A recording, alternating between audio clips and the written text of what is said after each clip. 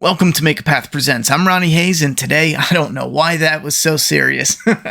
Let's talk about The Walking Dead, Dead City. I think maybe they need more dead in the title. Anyhow, episode 1 was probably 80 to 90% setup. I still thought it was a solid start. Some of the best Walking Dead we've had in years. But episode 2, in my opinion, was probably twice as good, twice as fun. At least for me, it hit. They got rid of the setup, and I understand you got to set it up, what these characters are doing, what's their motivation, what's their plan, what's the plot, and yada, yada, yada. So the second episode really has some time to start showing the world, start getting into the characters, and just a whole field of things that are a little bit more interesting than I found the setup to be. I will say, though, it has a Negan element or a Negan scene that is probably some of the best Negan material that we've gotten in years. I know there was some really cool stuff with the Whispers, but this probably ranges up there as some of the more memorable, and I think some of the more important. Back when we were talking about the comic, when it was new and releasing brand new issues, the redemption storyline for Negan in the comic, there was two vital things that, as a fan, I talked about that we needed for Negan, and I won't rehash the comic, but some of it they did good, some of it they did, not so hot. I think I was more positive than the show initially for the original show's redemption of Negan. But even with the comic, some of it just went by super fast for Negan's story. But with the show, this episode actually did something that I thought was vital. Two parts of that. The one is Negan's way and Negan's leadership. Our characters, I always felt it would be vital for them to experience what it would be like to rely on a Negan type leadership as far as him successfully. And I won't get into any spoilers, but I think this episode really nailed it home. When the scene started playing out, it was a mix of cool, and I was a little uncertain what direction they were going, but by the time it was done, I was like, you know what? I'm going to give it to him. I love that scene. Like, I friggin' love that scene. One other thing, Negan has a moment where he's supposed to drop the F-bomb, I think, but they butchered it. AMC, stop being cheap. Just put the censored version on at 9 o'clock on Sunday and put the uncensored version on AMC Plus. It's changing out like one word, add a little extra gore. I mean, the fact that AMC has been doing this for years with the streaming and airing it separate days, the fact that they've been doing it for years and they still don't have uncensored versions on AMC Plus is asinine. I don't know, I'm not going to get into that, but that should have been one of the first things that they tried to make work in order to entice people onto AMC Plus. And it's just so incredibly dumb unless they come out and they're like, yeah, editing full feature-length TV shows, in order to do it this way, it'll be so I don't know. I just think that's a huge fail. But it's one F-bomb. He says friggin', and the scene was funny because something happens, and the way he's like, that's a hell friggin' no, But the way it comes off, it's just as lame as like Rick saying like you're screwing with the wrong people. You got to drop the F-bomb. Anyhow, so the second part to the Negan factor is first you have to have Negan's way, show his way of leadership successful. And the second is power.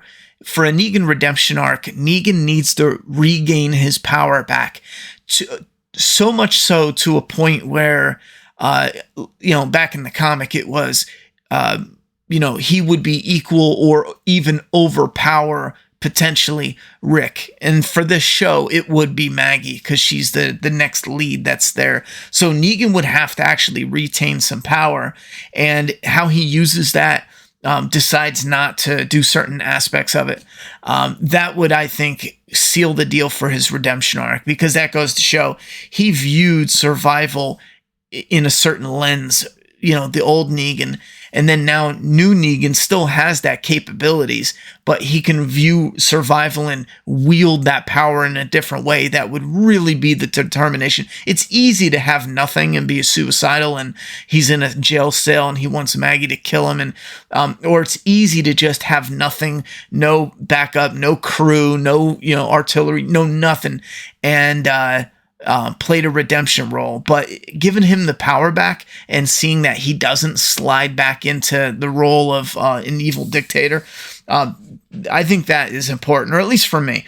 Now, moving over real quick to AMC, I should have mentioned this earlier, but we do a Sunday night live stream, and I don't know how many of you guys watch AMC Plus versus watch live. So you let me know. If it's overwhelmingly AMC Plus, maybe we'll skip, and I don't want to say stop. Now that I'm saying it, I have a feeling that there's going to be quite a lot of people that want to keep it on Sunday night. But you let me know. If 5 people are watching it live, maybe there's no reason to do the Sunday night live stream. Maybe we'll move it to Thursday or Friday. I don't know. Or maybe we won't even do it at all. Maybe this video will take the place of that. I'm just mentioning it. I'm not making any changes yet. I'll talk with you guys on Sunday night to kind of see where the comments are. Leave a comment in this video. Give me an idea so I can gauge it. Next up, I didn't mention this though, but the new title screen is pretty badass. I like that. I do want to mention one thing that a lot of TV shows do utilize this, but Walking Dead does this in a really poor way, and it's obvious. A lot of later years worth of Walking Dead episodes now this is a bit different because of the exterior, but the interior would be empty. It would always be empty hallways, empty rooms, empty this, empty that. And this show is no different. The interiors are very empty. There's a moment where they walk into the skyscraper, and it's as if it's the inside of a skyscraper, and it's the office, and nothing is in there. No desk.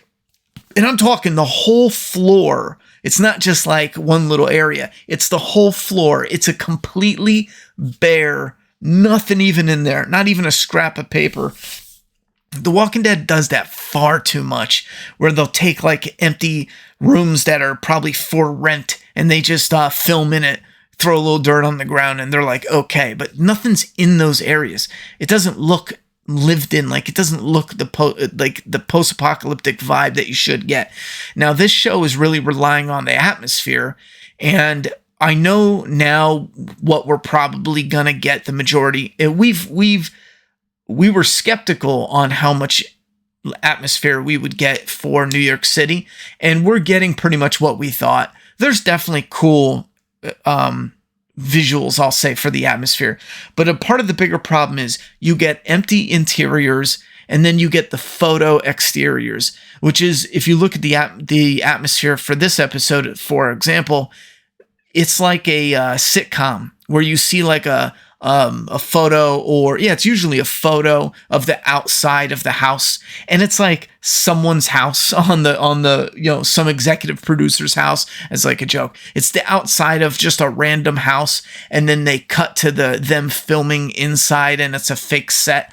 Well, this episode showcased that quite a bit, where we see like this exterior, and it's just a photo. I mean, they might CGI a moving bird and some smoke, or the sky might be moving a little, and it's just a GIF. That's it, and it looks great. There's 2 or 3 photo exteriors that looked great, but again, I'm starting to get a little worn down on using this concept where they use photo exteriors to the establishing shot, then they go indoors, and then the visuals there is not much.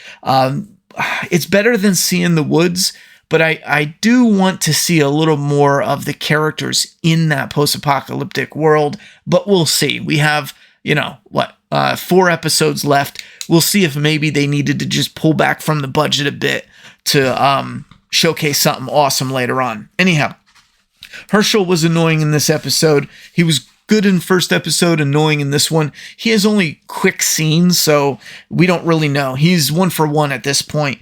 The weapons are cool, at least. The zip line is cool, although I don't know if I would trust it. You don't know how long this has been up there, if the survivors are even using this, if they're maintaining this. I mean, you have no idea. They don't even like give it a yank to see if it can hold or something. Well, I mean, maybe that's because they see someone going, but there's a weight difference and you'll see it, but they just go for it. And, you know, they're 10, 20 stories up. I'm not taking that chance. I'm going to give it a little tug, but those are some of the more nitpicky. I think my biggest cons are the environmental, showcasing that, but, some of the more annoying negative stuff that the Walking Dead franchise does is they turn their zombies into basically no threat until a character is injured. In this one moment, I did laugh. Now, this reminded me of some of the worst of the Walking Dead. In one moment, a character uses what looks like a nail, like a common nail, to put down a zombie. I just laughed because it was just so. You'll know the scene. Dude's ready to put down a zombie, and it's a little more emotional. And he just has a nail. I'll have to rewatch it to see if there's anything more there. But it's just a nail. It's just this little tiny nail. He's like, oh, and then he throws it too, and it makes the most pathetic little cling, cling, cling. Some of that stuff is old Walking Dead. That is trash. Like Rosita when she had those claws. And then she like scratches the zombie's face. It doesn't even go deep enough to touch the brain, let alone do any damage. And the zombie falls down dead like in this epic way. I remember making fun of that because we don't want this stupid shit where we want the zombies to be more threatening, where, for example, you can shoot them in the head and, you know, maybe just by the angle of the bullet, the caliber of the bullet, if it was a smaller 22 or something, you need to take more than one shot to the head to take the zombie out. We want to see more because it makes them more threatening. We don't want to see a guy take a nail and stick it in a zombie's head and that's it. It's a wrap. Some other small, more nitpicky things are when you go to commercial and you come back from commercial, they're skipping over stuff. Fear the Walking Dead just did this to horrible effect. They go to commercial and they skip over an 8-year-old child carrying an unconscious adult through swamp, through train tracks, through land. It's insane when you actually think about what they want you to get behind. Now, in this one, they go to commercial and they come back. And even if you're not watching even if you're watching on AMC Plus, you clearly see the commercial breaks.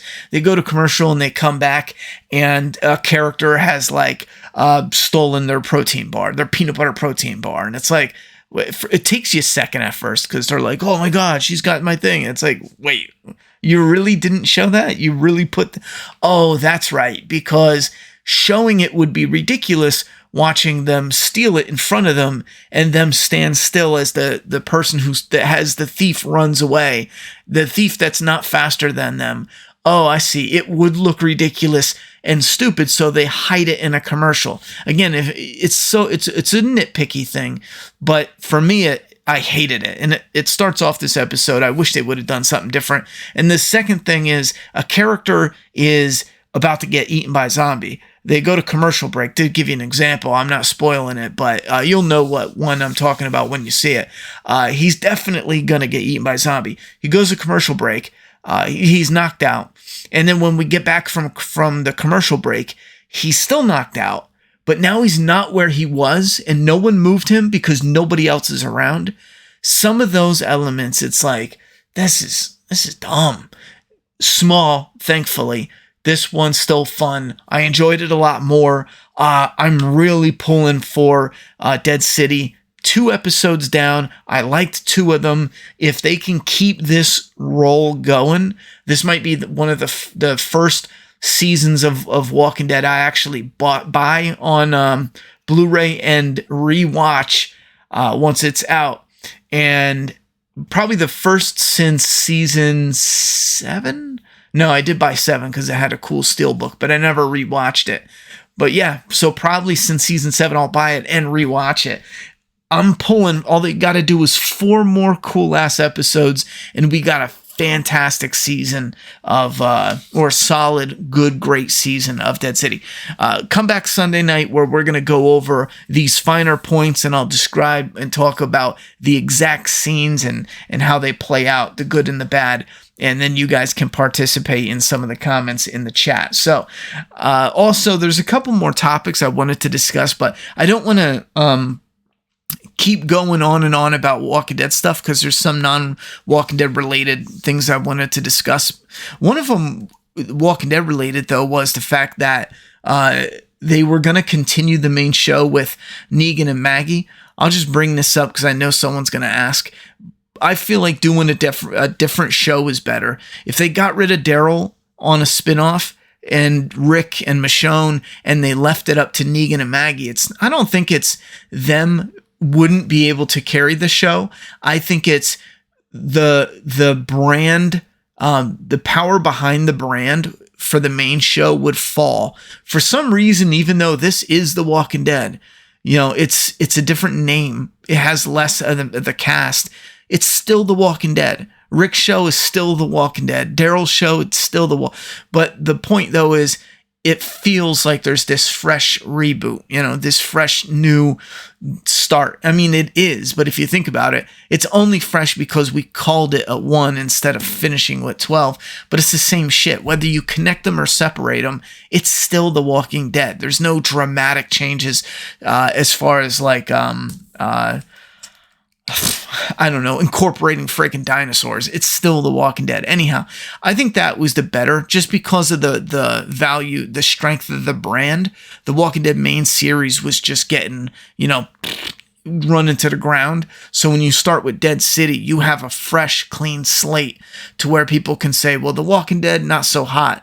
But Dead City, let's see what happens with that. Is it good? Is it yada, yada, yada? And then when you start getting positive reviews, then that brand, the power behind that brand can either go up and down from that point on. So that's one small thing. I do agree with doing a separate show. Anyhow, thoughts and opinions in the comment box. I'm done talking. It's your turn.